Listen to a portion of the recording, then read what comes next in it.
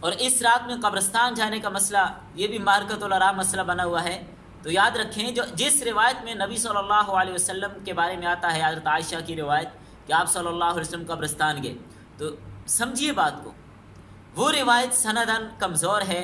اس سے استدلال کر کے 15 شعبان کی رات کو قبرستان جانے کو سنت قرار دینا اور اس کو سنت اور لازمی سمجھنا یہ ٹھیک نہیں ہے، بلکہ اس کے استحبابی درجہ بھی نہیں ہے.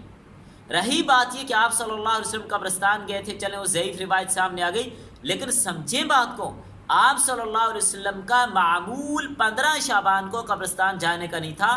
اگر اس ضعیف روایت کے اندر یہ بات آ گئی کہ آپ قبرستان گئے، تو اس کا مطلب یہ نہیں ہے کہ صرف 15 شعبان کی رات آپ قبرستان جاتے ہیں. پہلی بات تو یہ میں نے عرض کر دی کہ روایت کمزور ہے، اس سے اس کو سنت ثابت نہیں کر سکتے.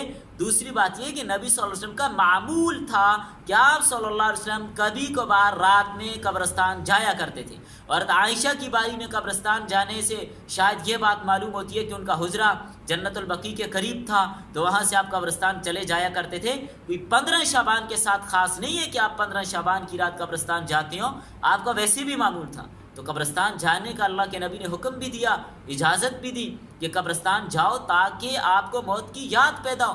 یہ مطلب نہیں کہ 15 شعبان ہی کی رات میں قبرستان جانا چاہیے. اور پھر آج کل تو بدعات اور خرافات اور منکرات بہت کچھ ہوتے ہیں، یہ بہت زیادہ خرابیوں کا ایک منبع بن چکا ہے. جلوس کے ساتھ جانا، چراغاں کر کے جانا، اور پتہ نہیں کیا کچھ کیا جاتا ہے. لہذا یہ چیزیں ساری واجب الترک ہیں، یہ چھوڑنے کی ہیں، یہ اپنانے کی چیزیں نہیں ہیں جن کو ہم نے اپنا لیا اور ان کو لازمی سمجھا، اور پھر ہم سمجھ نہیں بس ہم نے 15 شعبان کو یہ سارا کچھ کر لیا، باقی پورا سال چھٹی، رمضان کا مہینہ بھی کوئی روزے رکھے نہ رکھے، ہم نے تو 15 شعبان میں یہ کچھ کر لیا. یہ ساری غلط فہمیاں ہیں. ہمیں ان غلط فہمیوں کو دور کر